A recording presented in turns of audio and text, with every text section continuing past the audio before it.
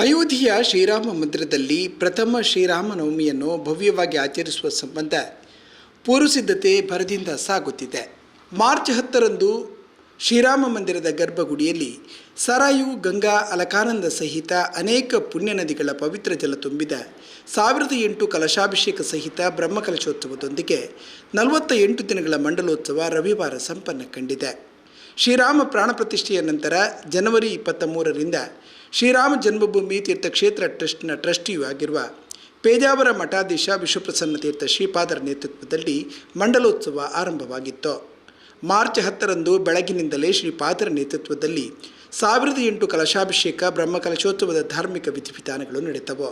ಪೇಜಾವರ ಶ್ರೀಗಳ ಜೊತೆಗೆ ತಲಪಾಡಿಯ ಶ್ರೀ ದುರ್ಗಾಪರಮೇಶ್ವರಿ ದೇವಸ್ಥಾನದ ಅರ್ಚಕರು ಪಾಲ್ಗೊಂಡಿರುವುದು ವಿಶೇಷತೆಯಾಗಿತ್ತು.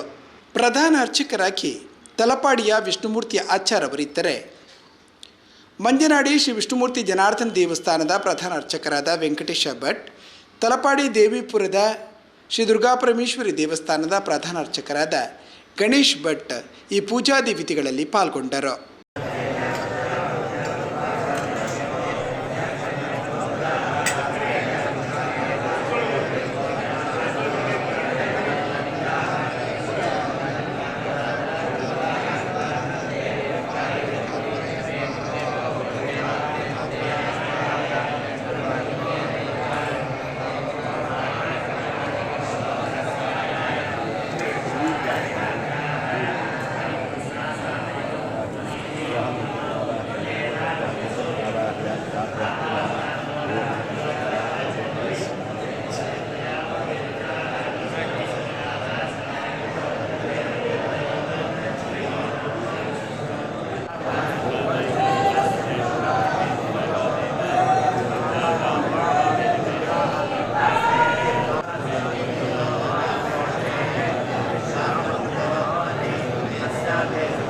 ಅಪಾರ ಸಂಖ್ಯೆಯ ಭಕ್ತಾದಿಗಳು ಈ ವೇಳೆ ಹಾಜರಿದ್ದು ಶ್ರೀದೇವರ ದರ್ಶನ ಪಡೆದರು.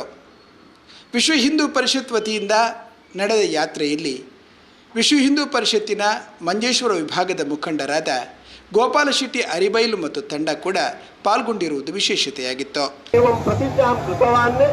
ಲಕ್ಷ್ಮಣ ವಿಷಯ ಕೃತಜ್ಞತಾ ವೈಪರೀತ್ಯೇನ ಕೃತಜ್ಞತಾ ಏವ ರಾಮಚಂದ್ರೇಣ ಪ್ರದರ್ಶಿತಂ ಅತಃ ಕದಾಚಿದುಪಕಾರೇಣ ಕೃತಿಶತಂ ಸತ್ಯಂ ಇತಿ ಅತಃ ಕೃತಜ್ಞತಾ ಅಪಿ ರಾಮಚಂದ್ರಸ್ಯ ಅನಂತ ಗುಣೇಶು ಅನ್ಯತಮಃ ಇತಿ ಅಸ್ಮಾಭಿಃ ಉಪಾಸನಂ ಕರ್ತವ್ಯಂ. ಓಂ ಸ್ವಸ್ತಿ.